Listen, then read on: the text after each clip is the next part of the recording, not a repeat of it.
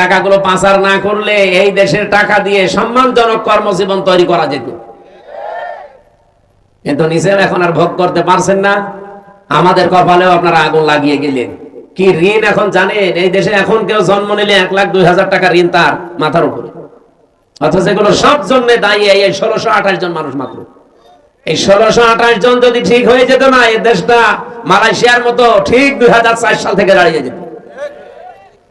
মালয়েশিয়ার মতো দেশ এই বাংলাদেশের চাইতে প্রায় 5 ডবল এত বড় দেশ, অথচ এরকম সমতল ভূমি খুব কম, শুধু পাহাড় আর পাথর। এরকম একটা দেশকে মাহাথির মোহাম্মদ দাঁড় করিয়ে দিয়েছে, বিশ্বের বুকে আছে। আর আমরা যে জায়গায় ছিলাম আরো নিচে নামতেছি, বলে ডিজিটাল হয়েছে। কিসের ডিজিটাল? টাল হয়ে গেছে।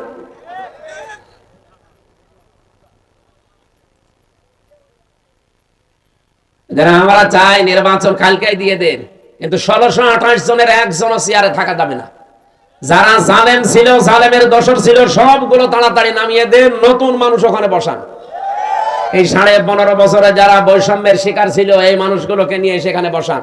কালকে নির্বাচন দিয়ে দেন, কালকে সুষ্ঠু হবে। এই 1628 জন কারা? যারা এই 15.5 বছরে এই কাজ কারবার করেছিল। এই শুধু নাটোরের জেলার ডিসি গেছে কুষ্টিয়ায়, কুষ্টিয়ারটা এসেছে কুড়িগ্রাম, কুড়িগ্রামেরটা চট্টগ্রাম, এই পাল্টিয়েছে। এখনো পর্যন্ত জালেমদের যতগুলো বিচারপতি, জজ, সব তারাই আছে প্রায়। এগুলোকে আপনি মনে করেন যেগুলো মানুষ ছিল?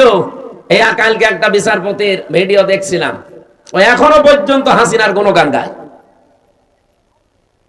ওর নাম হচ্ছে শেখ আহমেদ জমাদার। আমার মনে হয় ওরা যদি কুকুরও দেখে, কুকুরও ঘৃণা করবে। পৃথিবীতে স্বৈরাচার যারা হয়ে যায়, তাদের কয়েকটা ক্ষতি সামনের সম্ভাবনা দেখা দেয়। তার এক নম্বরে, পৃথিবীর প্রত্যেকটা সৃষ্টির ভেতরে আল্লাহ একটা ঘৃণা তৈরি করে দেয় তার প্রতি। আপনি তামাম দুনিয়া এখন খোঁজ নিয়ে দেখেন, দুনিয়াতে যারা এখনো স্বৈরাচার আছে, তাদের প্রতি শুধু আমরা না, পৃথিবীর যত সৃষ্টি আছে সবার ভেতরে ঘৃণা তৈরি করে দিয়েছে কে? বলেন। 2 নম্বরে, ওরা যখন মারা যাবে দুনিয়া থেকে, ওদের জীবনের কোনো ভালো কাজ আল্লাহ কবুল করেনি, আর সর্বশেষ সে যদি ভালো হতেও চায়, আল্লাহ সেই লাইন বন্ধ করে দেয়। আপনি ফেরাউনের দিকে তাকানো, কিন্তু শেষ কথা এটা বলেছিল, আন্নাহু লা ইলাহা ইল্লাল্লাযী আমানাত বিহি বানু ইসরাঈল ওয়া আনা মিনাল মুসলিমিন। আমি ঈমান আনলাম ওই আল্লাহর উপরে, যার উপরে বনি ইসরাঈলরা ঈমান এনেছে। আমি তো মুসলমান, এরপরও ফেরেশতারা আমারে পানির ভেতর চুবাই কেন?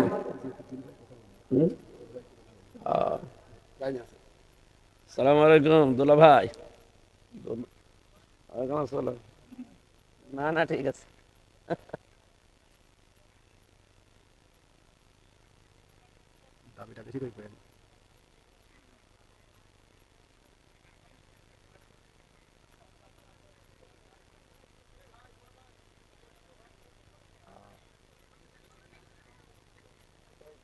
আপনার পরিচয় না, আপনার সাথে আমার এমনিও পরিচয় আছে। আমি আপনার বাড়িতে যাইছিলাম না, রামসার কাজীপুরে, আমি 2 বার গিয়েছি।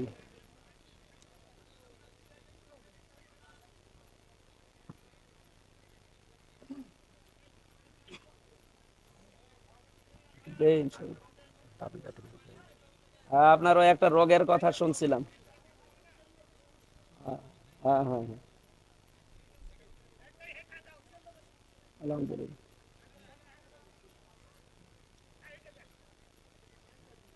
জি ঠিক আছে, ফি আমানিল্লাহ। আমি আলোচনায় আছি তো। জি, আল্লাহ হাফেজ। আসসালামু আলাইকুম। প্রধান অতিথি আজকের আমাদের অ্যাডভোকেট রুহুল কুদ্দুস তালুকদার দুলু সাহেব। একটু গরম লাগে, একটু ঘুরিয়ে দিবে, ভেতরে ঘেমে গেলে তো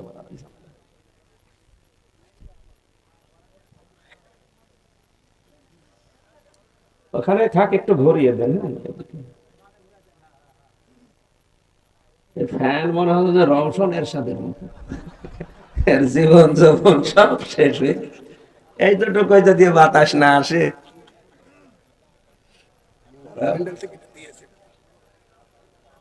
ঠিক আছে, প্রশ্ন যা দেবেন মোনাজাতের আগে দেবেন। যাদের আছে ভাই বোনেরা, যাদের প্রশ্ন আসে লিখে রাখবেন, মোনাজাতের আগে পাঠিয়ে দেবেন, আমরা কথা বলবো, ঘন্টাখানিক কথা বলবো ইনশাআল্লাহ। থাকবেন না? ঘন্টাখানিক সময় দেন। যেহেতু তাফসীরুল কোরআন মাহফিল লিখেছেন, নির্ধারিত আয়াতের উপরে আমরা তাফসীরের মূল নীতি 15টা, যতটুকু পারি আমরা চেষ্টা চালাচ্ছি। কথা বন্ধ করে একটি ভল দিকে। সম্মানিত ভাইরা, আমরা কথা তুলছিলাম কি, পৃথিবীর ময়দানে আল্লাহ রাব্বুল আলামিন যত স্বৈরাচারের জীবনী আমি পড়েছি, এই মানুষগুলোর বড় ক্ষতি হচ্ছে, ঘৃণা তৈরি করে দেয় সৃষ্টি জগতের ভেতরে তার প্রতি। 2 নম্বরে ওর শেষ ঠিকানা, যেটা জীবনের শেষ দিন পর্যন্ত যখন ভালো হওয়ারও চেষ্টা করে, ওকে আল্লাহ আর ভালো করার রাস্তা রাখে। এই লোকটা সর্বশেষ বলেছিল যে আমি ঈমান আনলাম, এরপরও ফেরেশতারা আমার এভাবে পানিতে চুবায়। আল্লাহ রাব্বুল আলামিন ডাক দিয়ে বলেন, আল আন, এখন, আকাদা আসাইতা ক্বাবলু ওয়া কুনতা মিনাল মুফসিদিন, এর আগে তুমি বড় সন্ত্রাসী ছিলে, স্বৈরাচার ছিলে, ফ্যাসাদকারী ছিলে, জমিনে তোমার জন্য আমার বান্দা বান্দিরা আতঙ্কে ছিল। এখান থেকে আমি তাফসিরে ফি জিলালিল কোরআন পড়েছি, পৃথিবীতে কোনো মানুষের কারণে যদি আল্লাহর সৃষ্টি জগৎ আতঙ্কিত হয়ে যায়, ওই লোকটাকে আল্লাহ সবচাইতে বেশি ঘৃণা করে। এটা 15.5 বছর এটা বেশি ছিল। এমন এমন মানুষ আমরা দেখেছি যাদের জন্য মানুষেরা আতঙ্কগ্রস্ত ছিল। কি, আমি তো নাটোরের খবর খুব বেশি জানি না, কিন্তু শিমুল সাহেবের জানি। ওনার নাম শুনলে মানুষ আতঙ্কিত হয়ে যেত, কি জানি না, কিন্তু ভেতরে অবশ্যই এরকম কিছু আছে। দোলো সাহেবের মতো মানুষ তাই ওনার সাথে পেরিয়ে দেয়নি, আপনি চিন্তা করতে পারেন। দোলো বাংলাদেশে যদি 20 জন থাকে, তার ভেতরে একজন অন্তত, আর সে পর্যন্ত এর সাথে পারে না। তার মানে এই লোকটা কি আপনারা নিজেরাও ভালো জানেন। ইন্নামা নুমলি লাহুম লিয়াজদাদু ইসমা, মানুষ যখন পাপ করতে করতে সীমা ছাড়িয়ে যায়, আল্লাহ পাক বলেন আলাহুম আযাবুম মুহিন, তার জন্য অপমানজনক নেককার শাস্তি, নেককার অপমানজনক শাস্তি আমি একটার পর একটা রেডি করে রাখি। কোরআনের 2টা আয়াত আমার কয়েকদিন আগে আমার নজরে এসেছে, এর আগে আমি বহুবার পড়েছি, কিন্তু এইটা এইভাবে যে আছে আমি জানতাম না।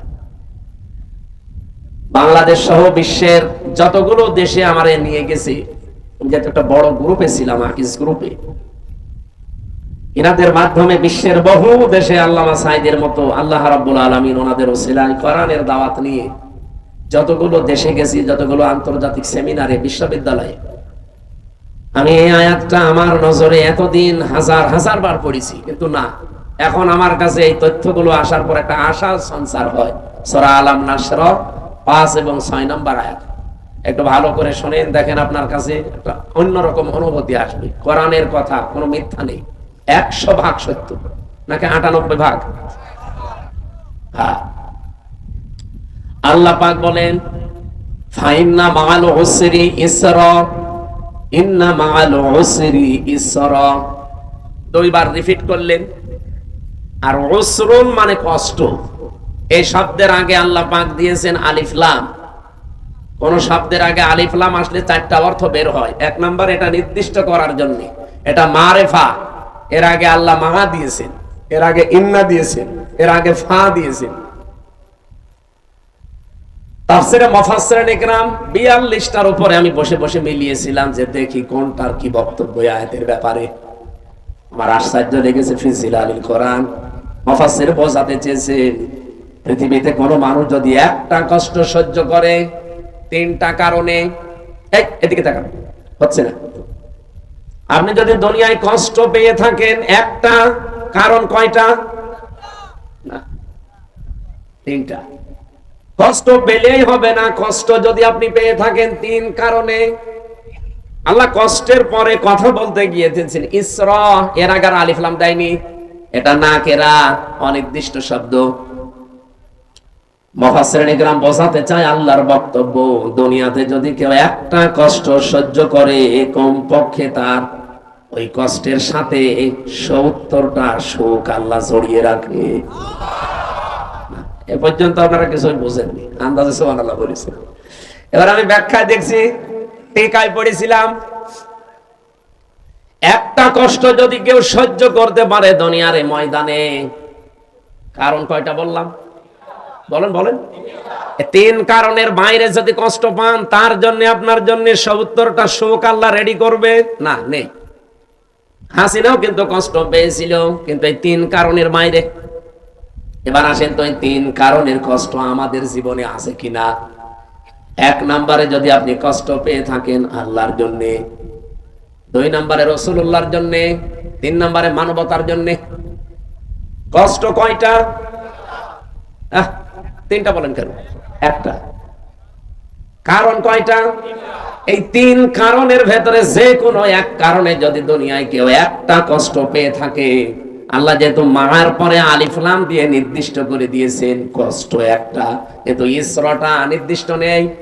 কমপক্ষে 10 থেকে 70টা পর্যন্ত সুখ, শান্তি, কল্যাণ দুনিয়া আখিরাত মিলিয়ে আল্লাহ তার সাথে জড়িয়ে রাখবে। আর 15.5 বছরে আমরা যারা সত্যি কষ্ট পেয়েছি, কেউ আল্লাহর জন্য, কেউ রাসূলুল্লাহর জন্য, কেউ মানবতার জন্য। এই কথা বললেন না? অবশ্যই এই তিন কারণের বাইরে অনেকে কষ্ট পেয়েছে, তাদেরটা আমি তাফসীরে পড়ি নাই, এজন্য বাদ। এই তিন কারণের যে কোনো একটা কারণে যদি আপনি কষ্ট পেয়ে থাকেন, আল্লাহর কসম, কোরআনের আয়াত, আল্লাহ গ্যারান্টি দিয়েছেন মাআল উসরি ইসরা, অবশ্যই দুনিয়া আখিরাত মিলে আপনাকে ৭০টা সুখ, শান্তি ভোগ করাবে। শুধু করাবে না, শেষে হর্ষাই আছে, করাবেই।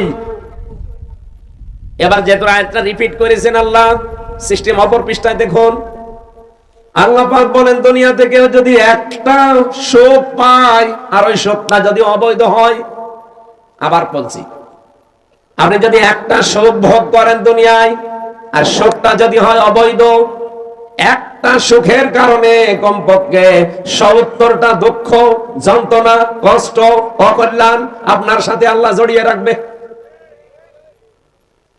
এবার আমি একটা একটা করে উদাহরণ বলছি। পৃথিবীতে অনেকেই কিন্তু সুখ পেয়েছে, অবৈধ সুখ, যেমন এই যে পরকীয়া প্রেম করে সুখ পায় না, না এই এলাকায় সব নেই? যারা পরকীয়া প্রেমে লিপ্ত আছেন, আপনিও সুখ পেয়েছেন, শান্তি পেয়েছেন, কিন্তু এটা কি বৈধ না অবৈধ? বলেন বলেন।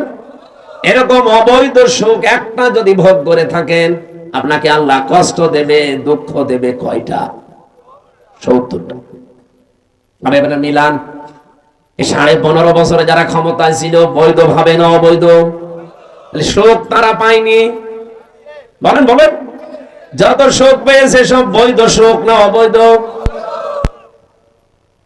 আপনি এবার হাসিনা থেকে শুরু করে যারা ছিল বলেন, এই 15.5 বছরে যদি অন্তত 50টা সুখ পেয়ে থাকে, আমি কি সুখের নামগুলো বলবো?